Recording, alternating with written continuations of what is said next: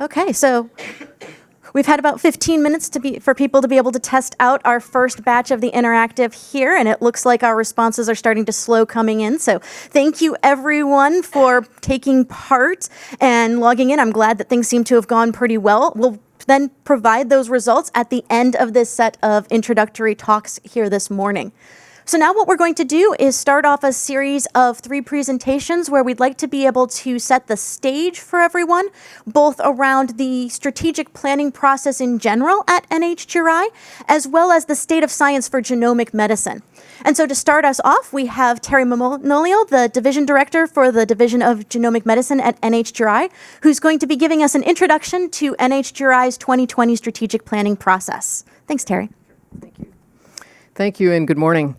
So this is Eric Green's talk. He's very sorry that he couldn't be here this morning. He has an important IC directors meeting, but he'll be with us a little bit later. So we're going to talk a little bit about a 2020 vision for genomics. Get it? And you may be aware of previous strategic plans that began with the Human Genome Project, and then as the Institute matured, a variety of different goals for the Institute as a whole. This vision for the future of genomics research lasted a little bit longer than the 5 years typically for our previous plans. It was this plan that laid out the idea of a $1,000 genome, which now has been achieved. It also, buried in there, talks about a large population-based cohort of 1 million people or more. So there are a number of things in there that actually have come to fruition.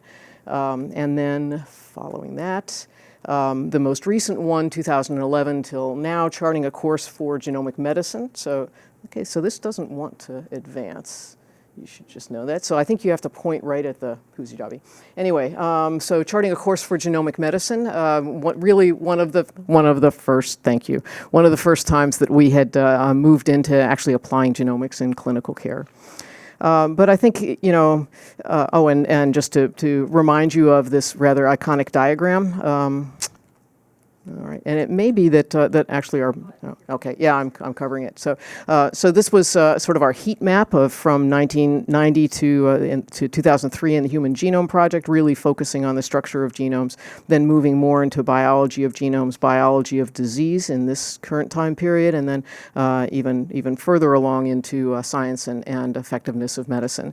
Recognizing that this is not a linear process, it all feeds back on itself, but that was a way of considering it. But it's hard to believe that a 2011 strategic plan would actually represent the blueprint for genomics for 2020 and beyond. And so we recognize that as we move into a new decade, it was probably time to move forward with a new strategic plan. So we actually started early planning of this back in 2017, late 2017. We launched it in February of 2018 with our advisory council meeting, and sort of named as the finish point the 30th anniversary of the launch of the human genome in October of 2020. So we're planning to publish this in a major journal. Sort of counting back from that, we need to submit a manuscript in July of 2020, draft the manuscript in April, and then have a series of meetings, of which this is one, in order to sort of come up with that plan. And the elements have included workshops like this one, town halls, gatherings at existing meetings, dedicated webpage, social media tools, which are being used quite a bit in this meeting, engagement of advisory groups, and then a finale meeting similar to the one that was held for the previous strategic plan back in 2011. So just to remind everybody, we are about here on the process, so we're more than halfway through, and really looking forward to kind of winding up this phase of the process. Anastasia or others may have mentioned we have 5 focus groups that are in various areas of genomics and genomic research. This is the kind of the third one, focusing on medicine and medical care. We had a previous meeting involving 2 of the groups and on sort of the science, the structure of the genome, the function, as well as the biology of disease. That was back in January, and this is the meeting kind of dedicated to this area. So just a reminder that, when we come up with these plans, everybody has great ideas and wants to do lots and lots of things, but we're a relatively small institute, so that's us there. These are the other institutes and, some of our very big siblings and that. So NHGRI is about 1.5% of the NIH budget. So keeping that in mind, we couldn't be responsible for all of genomics, and we do recognize that early on we probably were the focus of genomic research at NIH. And actually, if you look back at the original strategic plan, we were funding about 95%, over 95% of the genomic research going on at all of NIH was being funded by NHGRI.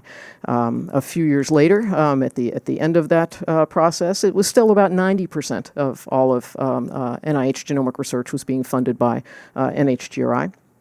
In 2011, that number dropped down to less than half. So this really disseminated quite a bit over that time period. We think right about now it's around 15%, and we believe that when the plan is published, it will be down to only about 10%.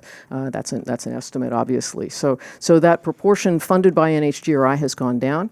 For those who find this downward arrow rather disconcerting, I would sort of flip it around and remind you that what's actually happening is that while less than 5% was funded by other NIH institutes now, or what we anticipate is over 90% will be funded outside of NHGRI at NIH, recognizing that this baseline has not stayed constant. It actually has increased over time as our congressional appropriation has increased. So that's a little more positive message, and also recognizing that we have a real responsibility to say, we're not going to be doing all of this research, but we certainly can outline what the major efforts should be. And so we consider then our goal to really sort of stay at the forefront of genomics, doing the things that then can be disseminated to other disease-specific institutes and other funding agencies and researchers around the world. So that's kind of our theme, and what does that mean? Well, we're aiming to be the driving force for much of genomics at NIH and around the world. We'd like to provide a clear vision, i.e. 2020, for using genomics to advance human health, guide our scientific priorities and shape our research portfolio, and then foster partnerships with various stakeholders in research, healthcare, education, policy, et cetera. And so we would ask you in this focus on genomics in medicine and health to really help us define our position at the forefront of genomics. And as you're probably aware, there are a number of ways that we've been seeking your ideas, and these are the websites and emails that you can provide input to us on. So I think with that, I will stop and be happy to answer any questions.